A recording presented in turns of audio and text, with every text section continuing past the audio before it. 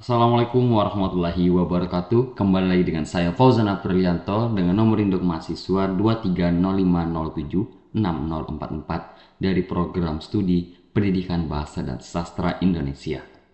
Di video kali ini kita akan membahas ketidaklangsungan ekspresi puisi dan latar belakang sosial budaya, yang mana dua poin ini akan berkaitan. Bagaimana penjelasannya? Simak video ini sampai habis. Mungkin saya tidak perlu menjelaskan apa itu puisi, hakikat puisi seperti apa, dan bagaimana memang puisi ini dijelaskan bagaimana memang pengertiannya. Karena puisi ini memang sudah saya jelaskan di awal video pertama, saya menjelaskan hal yang berkaitan dengan puisi. Jadi saya langsung menjelaskan aja definisi ketidaklangsungan ekspresi dalam puisi, yang dimana memang ini berkaitan dengan makna-makna pastinya. Jadi ketidaklangsungan ekspresi dalam puisi ini merujuk pada penggunaan bahasa yang tidak langsung atau tidak secara tidak secara eksplisit atau memang secara langsung disampaikan dan tersampaikan juga pada pembaca dalam hal menyampaikan makna suatu karya puisi. Hal ini seringkali dilakukan melalui penggunaan metafora, simbol, personifikasi, ironi, atau berbagai bentuk figuratif lainnya atau gaya bahasa yang biasa kita kenal dengan majas. Nah, tujuannya itu untuk menyampaikan makna yang lebih mendalam atau menciptakan efek keindahan atau estetis tertentu yang menentukan pembaca untuk merenungkan makna yang tersembunyi di balik kata-kata yang dirangkai atau kata-kata yang digunakan oleh pengarang. Nah, manfaat ketidaklangsungan ekspresi dalam puisi ini tentunya yang tadi saya jelaskan, yang pertama itu meningkatkan kedalaman makna. Nah, maksudnya meningkatkan kedalaman makna, kita semakin banyak gaya bahasa atau majas yang kita gunakan seperti personifikasi, ironi, atau hal-hal yang memang yang tidak secara langsung atau tersirat yang kita biasa kita kenal, itu pasti meningkatkan kedalaman makna dan pembaca juga mendapatkan efeknya.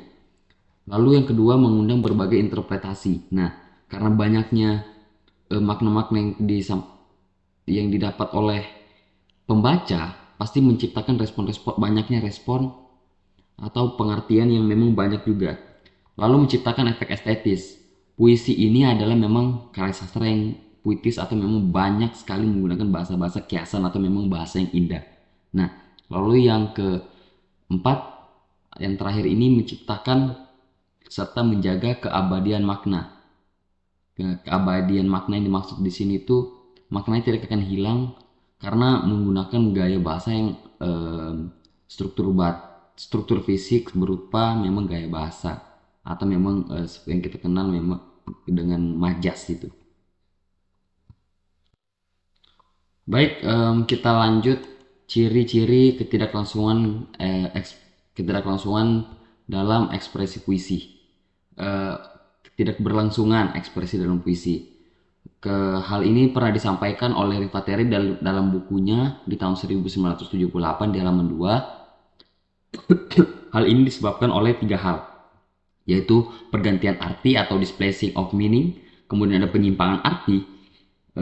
Di sini penyimpangan arti itu adalah distortion of meaning, kemudian ada penciptaan arti atau creating of meaning. Nah, yang pertama itu pergantian arti ini menurut Pateri itu disebabkan oleh penggunaan metafora atau metonimi dalam karya sastra. Lalu penyimpangan bahasa atau penyimpangan arti itu secara evaluatif atau secara emotif dari bahasa biasa ditujukan untuk membentukkan kejelasan, penekanan, kemudian ada hiasan, humor ataupun sesuatu efek yang lain. Nah, kemudian ada penciptaan arti. Penciptaan arti ini merupakan konvensi atau kesepakatan kepuitisan yang berupa bentuk visual yang secara linguistik lah tidak mempunyai arti. Memang secara linguistik itu tidak mempunyai arti, tetapi menimbulkan makna dalam sajak atau memang dalam kesusastraan seperti itu. Nah, ciri-ciri ketidakberlangsungan ini, yang pertama itu menggunakan bahasa yang figuratif. Memang bahasa yang macam-macam, tapi tidak asal menyantumkan kali bahasa gitu. Lalu yang kedua ada pemanfaatan ambiguitas. Ambigu itu kan penggandaan makna atau memang maknanya tidak hanya satu, bisa jadi eh, menciptakan dua makna lain lah. Nah, itu memang salah satu tujuan dari ini ketidakberlangsungan ini. Lalu yang ketiga gaya bahasa yang tidak biasa, terus penyampaian emosi secara tersirat. Nah, itu. Kemudian lanjut ke poin kedua yaitu latar belakang sosial budaya dalam puisi. Nah, dalam memahami puisi itu kita tidak bisa hanya melihat apa yang tertulis dalam puisi itu tersendiri. Puisi memang adalah bentuk seni yang sangat dipengaruhi oleh lingkungan baik itu sosial maupun budaya. Tergantung pengarang ini hidup. Artinya untuk memahami apa yang sebenarnya ingin disampaikan oleh penyair, kita harus tahu dulu latar belakang dari pengarang ini, baik itu sosial ataupun budayanya saat puisi itu ditulis. Kemudian bahasa ini itu dianalisis berdasarkan struktur intrinsiknya ataupun struktur fisik, ya struktur fisiknya seperti bentuk, rima, ritme, dan pilihan kata. Tentu ada pengaruh struktur fisik terhadap eh, ini situasi sosial dan budayanya. Berbicara tentang hubungan, kita akan membahas sedikit hubungan antara ketidaklangsungan ekspresi dan latar belakang sosial budayanya.